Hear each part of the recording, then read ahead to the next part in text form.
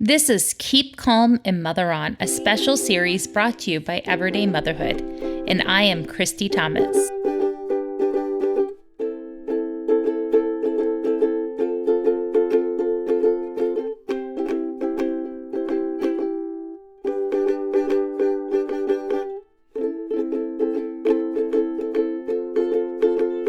Thanks, Lucy.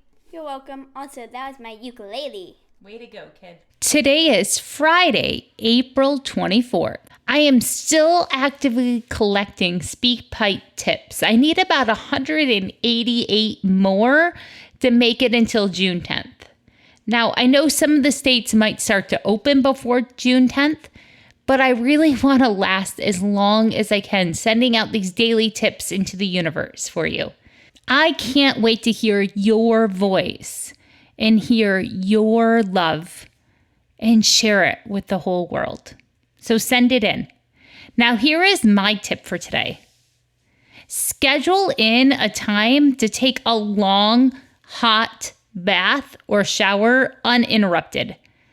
Like, put a stop sign in front of your door, make sure your spouse is home if you got little kids, and literally give yourself time to be off the clock. You can do that, you know. It's okay. You don't have to do it all the time. Sometimes doing less is the best thing you can do. Now, here are your tips. Hi, everyone. My name is Kristen. I am a career and personal development coach. And I would say that the one thing my family and I are doing that is really helping us is just keep it simple. I know that it sounds easy to say, and yet keeping it simple is something we've been working on quite a bit. Because there's always this comparison that you have to do more. You know, if you're looking at what your neighbor does or what you're seeing on social media, and you don't. You don't have to. So just alleviate yourself of that. Keep it simple. One of the ways we do this is we kind of have a morning huddle, and we're like, what is it we want to do today? And we just kind of talk about the things that we want to do. And in keeping it simple, I try to have it be no more than 3. What are the 3 important things we want to get done today? I also notice that one of my 3 always happens to be around self-care.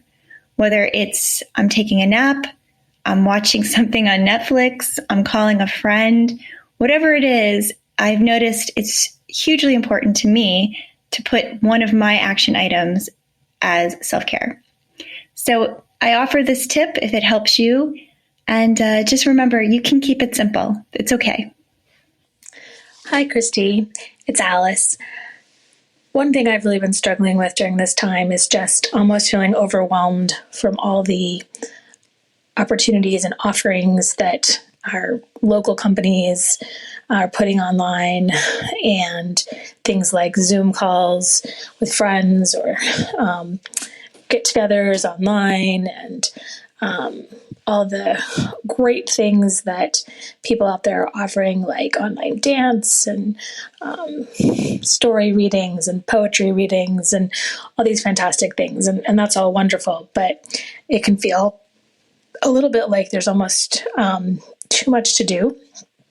It kind of reminds me of when I first started homeschooling, that you just feel like, wow, there's just so much, and you feel like you should be doing it all somehow.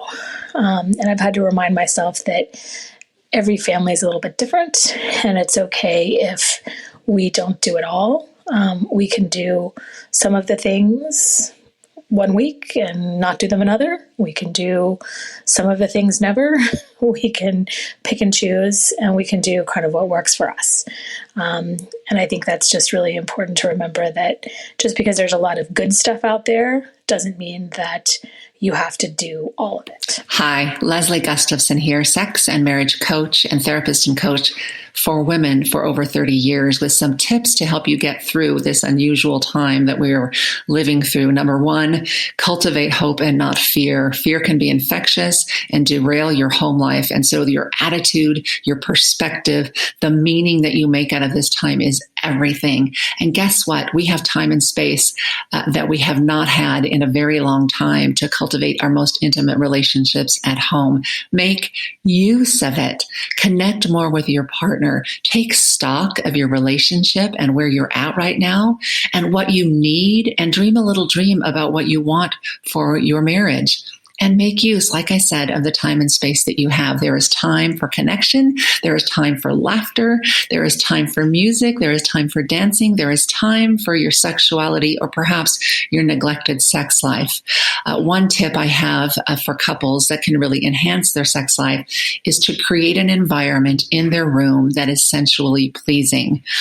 Candles that smell good, chocolate, really make an environment where you want to be in it. And you now have time and space, so no excuses. Get that consistent sex life going for yourselves. It is so good for your relationship. I'm Leslie Gustafson. You're welcome to find me anywhere on social media, and I can be of help. Hi, my name's Naida, and I live in Virginia, and I have 5 kids, ages 16 to 7. When I'm in labor, I make an effort to relax all of the parts of my body that aren't doing the really hard work. And something about this moment feels like that. We are in a new situation, and there is nothing that we can do about it. We are going to ride an emotional roller coaster in our families and as a country, and there is nothing that we can do about it. Just like birth, the only way out is through. So, what can we do to relax? Maybe the kids can play Xbox all day. The kids know that this isn't normal life. What if they can watch one more episode until 2 a.m.? Because this isn't normal life. The key, I think, is to stay as relaxed as you can about as many things as you can. Saying yes to things that would normally be a no is a really great way to keep your brain in the room and to help you stay engaged.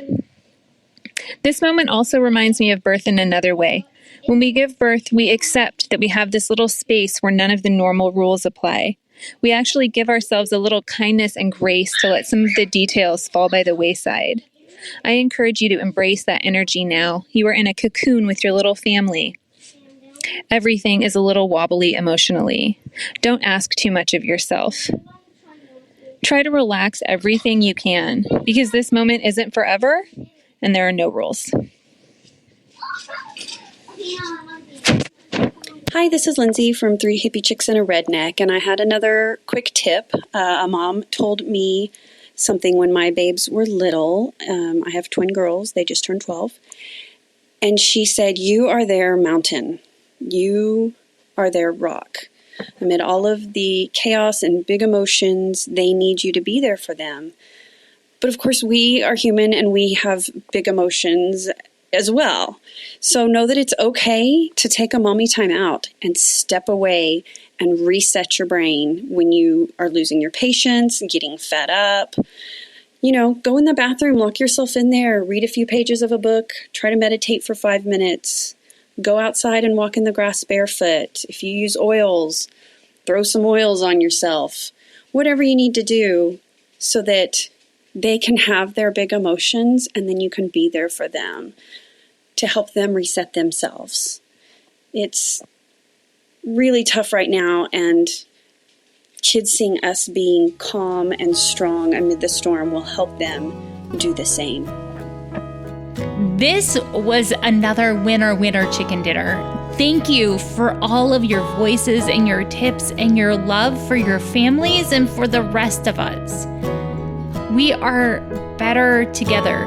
We are in the same boat, but experiencing different storms because all of our lives are different and unique. But when I hear your voices, I know that I'm not alone, and that makes me feel safe. I hope that you'll be back again tomorrow to hear another 5 tips. I'll see you then.